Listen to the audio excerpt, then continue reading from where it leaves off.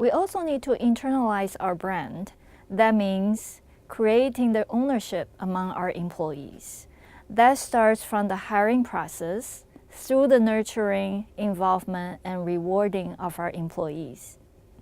A business that has a positive and vibrant brand usually has less trouble attracting good talents.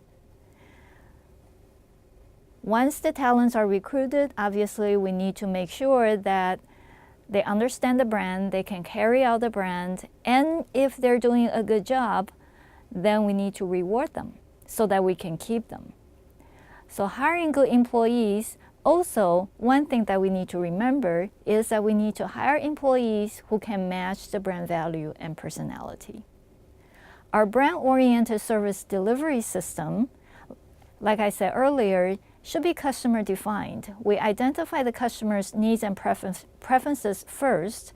Therefore, our service design and processes, as well as the standards, are customer oriented.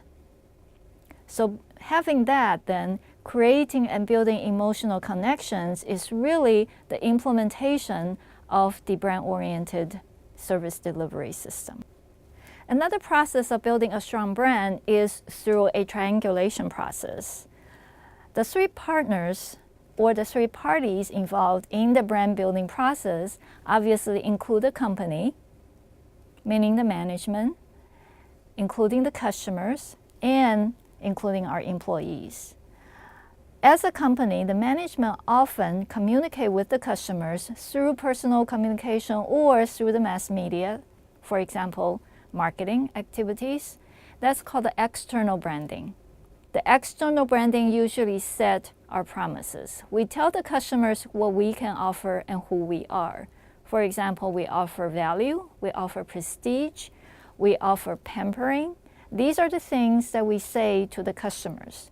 That's called external branding.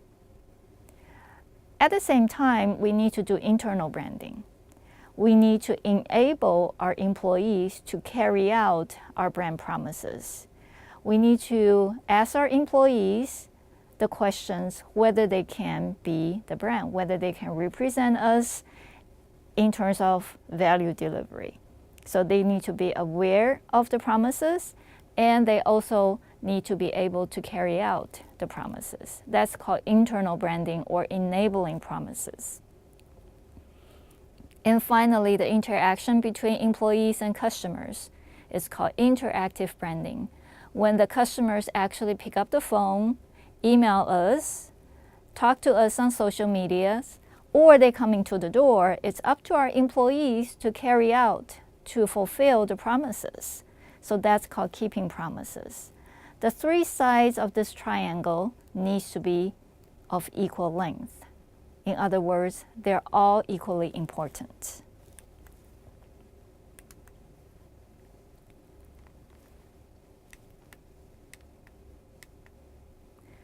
So we need to have a Be the Brand campaign. That's part of the internal branding. We want our employees to be able to represent the brand. Not only they can be the brand, they also want to be the brand.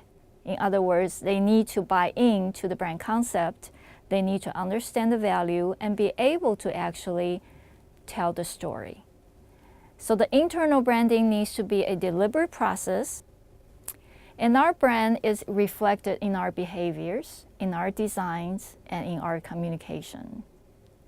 Our behavior, whatever we do, the way we talk to our customers, the way we talk to our employees, the way we communicate on the internet, all reflects our philosophy and values, our norms and personalities.